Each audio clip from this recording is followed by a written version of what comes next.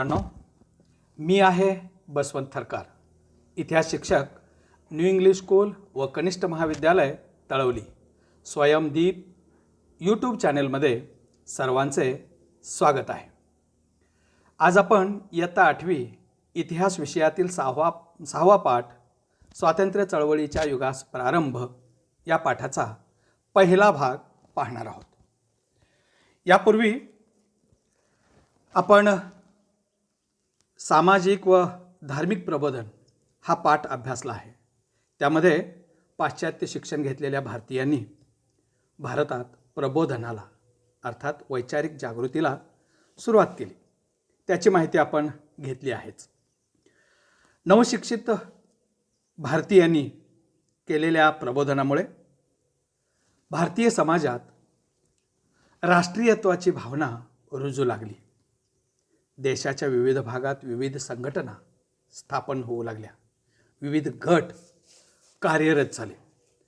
परंतु भारतीय समाजाचे प्रश्न सोडवण्यासाठी अशा विविध गटात विभागलेल्या भारतीयांना एकत्र करून भारतीयांची म्हणून एकत्रित अशी राष्ट्रीय पातळीवर संघटना निर्माण व्हावी यासाठी प्रयत्न सुरू झाले. संघटना स्थापन झाली. त्या संघटनेच्या नेतृत्वाखालीच मग अनेक चळवळी झाल्या, आंदोलने झाली. त्याचीच माहिती आज आपण घेणार आहोत. चला तर मग पाहूया सहावा पाठ स्वातंत्र्य चळवळीच्या युगास प्रारंभ भाग 1. पहिला मुद्दा आहे ब्रिटिश राजवटीतील प्रशासकीय केंद्रीकरण. ब्रिटिशांनी भारतात सर्वत्र समान धोरणे, कायद्यासमोर सर्व समान असा एक छत्री अंमल सुरू केला. ब्रिटिशांनी प्रशासकीय सोय म्हणून तसेच लष्कराला त्यांच्या हालचाली जलद गतीने करता याव्यात म्हणून काही भौतिक सुधारणा केल्या. त्यातूनच रेल्वेचे आणि रस्त्यांचे जाळे त्यांनी उभारले. या भौतिक सुविधांचा लाभ भारतीयांना होऊ लागला. देशाच्या विविध भागात राहणारे लोक यामुळे एकमेकांच्याकडे त्यांचे जाणे येणे सुरू झाले. विचारांची देवाणघेवाण होऊ लागली. जनसंपर्क वाढला. यातूनच भारतीयांच्यात राष्ट्रीय भावना वाढीस लागली. त्यानंतरचा मुद्दा आहे आर्थिक शोषण. एकेकाळी भारतात सोन्याचा धूर निघत होता असे म्हणतात. म्हणजे आपला देश सुखी व संपन्न असा होता. भारतामध्ये सुबत्ता होती. इंग्रज आले आणि ते येथील संपत्ती अनेक मार्गाने इंग्लंडला नेऊ लागले. त्यांच्या साम्राज्यवादी धोरणामुळे त्यांनी भारतीयांचं आर्थिक शोषण केलं. शेतकऱ्यांना अन्नधान्याऐवजी नगदी पिके घ्यायला भाग पाडले. नगदी पिके म्हणजे जी पिके विकून पैसा मिळतो अशी पिके. त्यानंतर शेतसारा रोखीने व मुदतीत भरण्याची सक्ती केली. ती जर भरली नाही तर जमिनी जप्त करण्याची तरतूद केली. शेतकरी कर्जबाजारी झाला. कर्जातून मुक्त होण्यासाठी जमिनी विकू लागला आणि शेतकरी कंगाल झाला. आणि हा शेतकरी दुसऱ्याच्या जमिनीत शेतमजूर म्हणून काम करू लागला. याचबरोबर इंग्लंडला कारखानदारी सुरू झाली होती. कारखान्यामध्ये तयार होणारा सुबक माल मोठ्या प्रमाणात विकला जात होता आणि त्या तुलनेत भारतात घरोघरी सुरू असलेला उद्योग, त्यावर इंग्रजांनी सूडबुद्धीने लादलेले कर, यामुळे भारतातील उद्योगधंदे बंद पडले. भारतातले कारागीर बेकार झाले.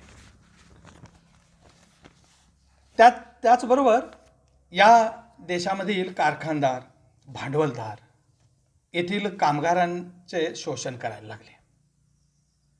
कामगारांच्याकडून जास्त काम करून घ्यायचे आणि मोबदला मात्र कमी द्यायचे.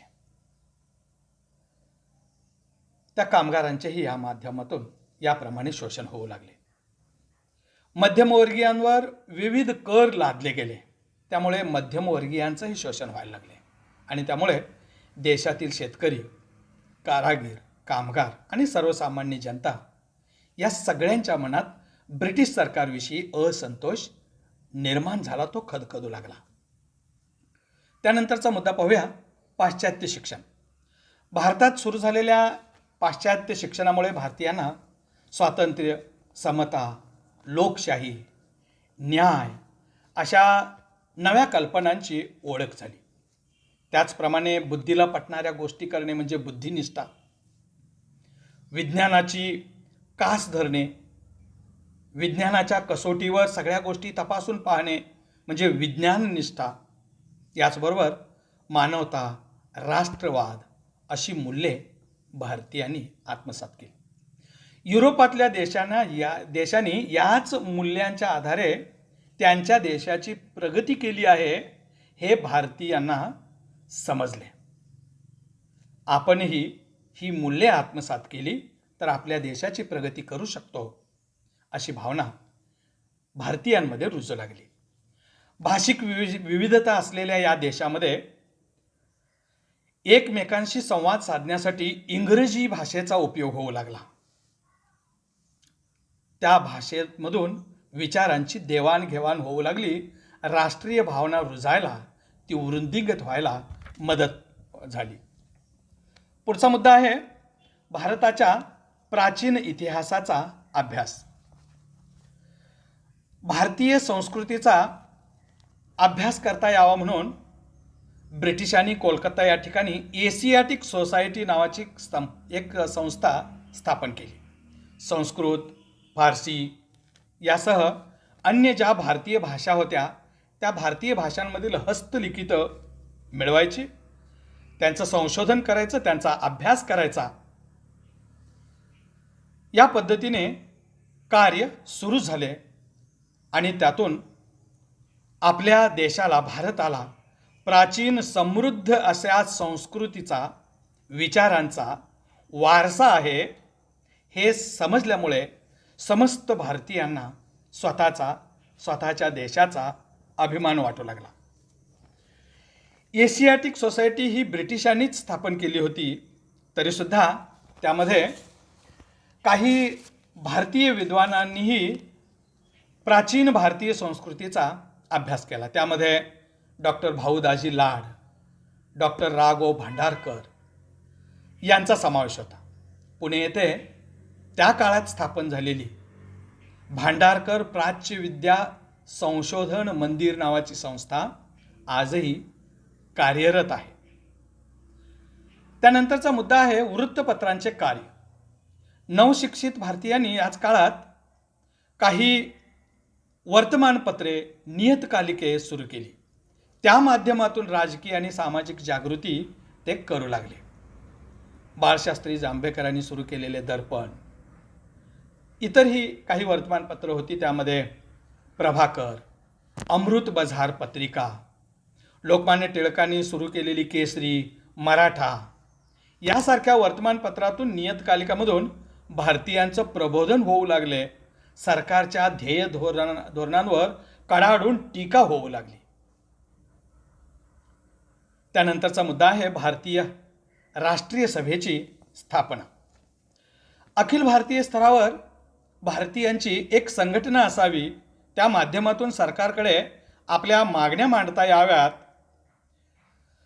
ब्रिटिश प्रशासनावर यामुळे दबाव टाकता येईल यासाठी भारतीय नेत्यांनी प्रयत्न सुरू केले आणि त्यातूनच मग 28 डिसेंबर 1885 रोजी मुंबईतील गोकुळदास तेजपाल संस्कृत पाठशाला या ठिकाणी भारतीय राष्ट्रीय सभेची स्थापना झाली. भारतीय राष्ट्रीय सभा अर्थात इंडियन नॅशनल काँग्रेस. यासाठी पुढाकार होता तो ब्रिटिश अधिकारी ॲलन ऑक्टेवियन ह्यूम. राष्ट्रीय सभेचे पहिले अधिवेशन होते ते, आणि त्या पहिल्या अधिवेशनाचे अध्यक्ष होते कोलकात्याचे निष्णात वकील व्योमेशचंद्र बॅनर्जी. देशभरातून त्यावेळी सुमारे 72 प्रतिनिधी उपस्थित होते. पुढचा मुद्दा आहे राष्ट्रीय सभेची उद्दिष्टे. मुंबई येथे स्थापन झालेल्या राष्ट्रीय सभेने त्याचवेळी काही उद्दिष्टे निश्चित केली. भारतीय राष्ट्रीय सभा अर्थात इंडियन नॅशनल काँग्रेसने मुंबईतल्या पहिल्या अधिवेशनात ब्रिटिश सरकारला देण्यासाठी एक निवेदनही तयार केले. त्यामध्ये भारतीयांना प्रशासनात अधिक प्रतिनिधित्व मिळावे अशी एक मागणी केली गेली. लष्करावर केला जाणारा खर्च कमी करावा ही आणखी एक मागणी होती. राष्ट्रीय सभेने ही संघटना स्थापन करताना जी उद्दिष्टे ठरवली त्यामध्ये महत्त्वाचं उद्दिष्ट होतं जात, धर्म, वंश, भाषा आणि भौगोलिक प्रदेश हे असे भेद विसरून सगळ्या भारतीयांना, संपूर्ण भारतीयांना एका व्यासपीठावर आणणे हे एक उद्दिष्ट ठरवण्यात आले. एकमेकांच्या समस्या जाणून घेणे, त्यावर विचार विनिमय करणे, लोकांमध्ये ऐक्याची भावना वृद्धिंगत करणे, राष्ट्राच्या उन्नतीसाठी प्रयत्न करणे अशी उद्दिष्टे निश्चित केली गेली. त्याची अंमलबजावणी करण्याचा प्रयत्नही सुरू झाला. लोकांना ही संघटना आपली आहे असं वाटू लागली. अधिवेशनागणिक मग उपस्थितांची संख्या वाढत गेली. पुढचा मुद्दा आहे मवाळ युग. हा मवाळ युग सन 1885 ते 1905 मानला जातो. राष्ट्रीय सभा स्थापन झाल्यावर प्रारंभी सुमारे 10 वर्षे संघटनेचे काम संथपणे सुरू होते.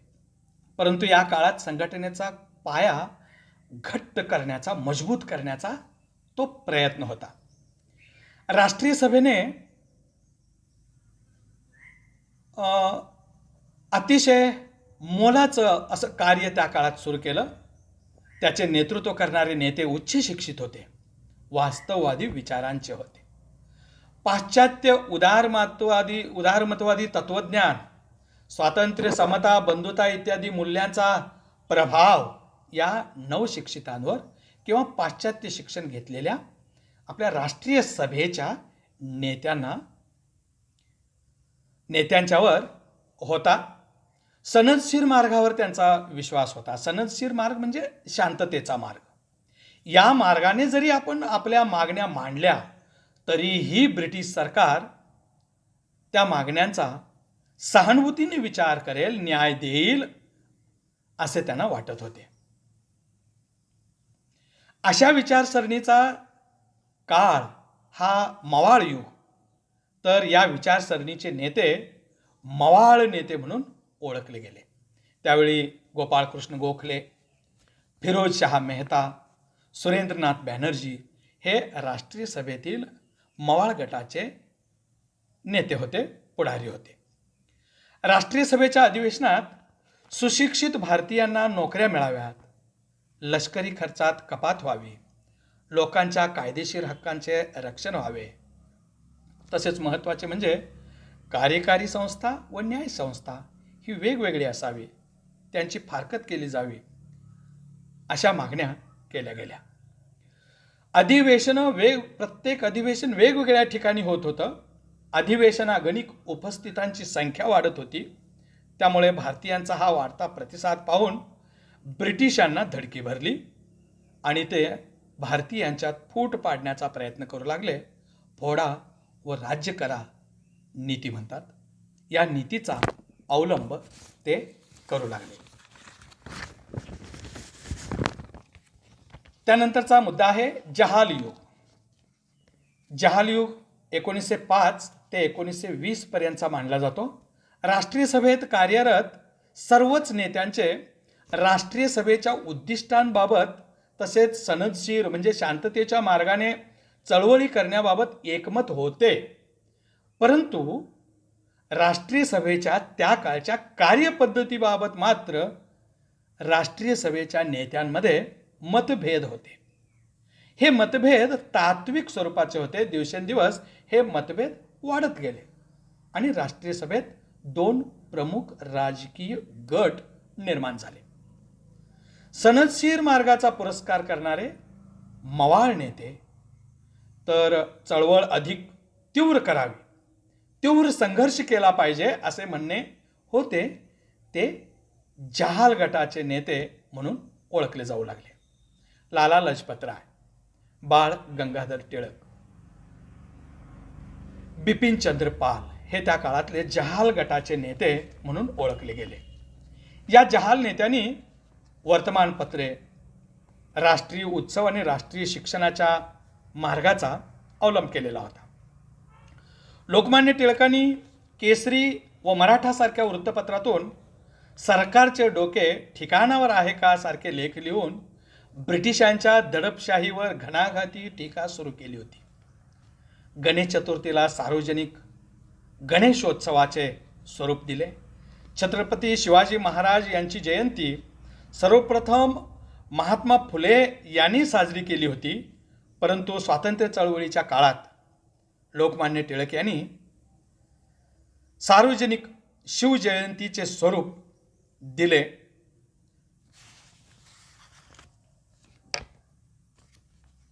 लोकांनी सर्व भेद विसरून एकत्र यावेत, त्यांच्यात विचारांची देवाणघेवाण व्हावी यासाठी गणेशोत्सव सुरू झाला. राष्ट्रपुरुषांचे कार्य समजून घेऊन लोकांनी त्यांची प्रेरणा घ्यावी यासाठी शिवजयंतीसारखे उत्सव, या उत्सवाचे आयोजन केले गेले. राजकीय कारणाने लोक जर एकत्र आले तर ब्रिटिश सरकार त्यांच्यावर कारवाई करत असे, अडथळे आणत असे. परंतु धार्मिक आणि राष्ट्रपुरुषांच्या जयंतीनिमित्त जर लोक एकत्र आले तर मात्र इंग्रज त्यांच्यावर बंदी घालू शकणार नाही किंवा अडथळे आणू शकणार नाही हे लोकमान्य टिळक यांनी ओळखले होते. स्वभाषा, स्वसंस्कृतीविषयी प्रेम व आस्था बाळगणारी पिढी निर्माण व्हावी यासाठी जहाल नेत्यांनी शिक्षण संस्थाही स्थापन केली. ब्रिटिश सरकारला वेळोवेळी आव्हान देत चळवळ तीव्र केली तरच आपल्याला यश मिळेल असे जहाल नेत्यांचे मत होते.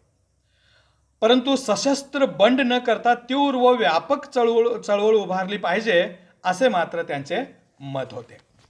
राष्ट्रीय सभेतील मवाळांनी स्वातंत्र्य चळवळीचा पाया घातला तर जहाल नेत्यांनी या चळवळीला गती दिली, ती चळवळ पुढे नेली असे आपल्याला म्हणता येईल.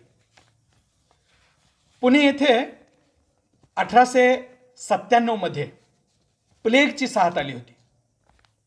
शेकडो लोक मरण पावले. ही साथ आटोक्यात आणावी म्हणून रँड या अधिकाऱ्याची नेमणूक करण्यात आली होती. त्या अधिकाऱ्याने लोकांच्यावर जुलूम जबरदस्ती सुरू केली.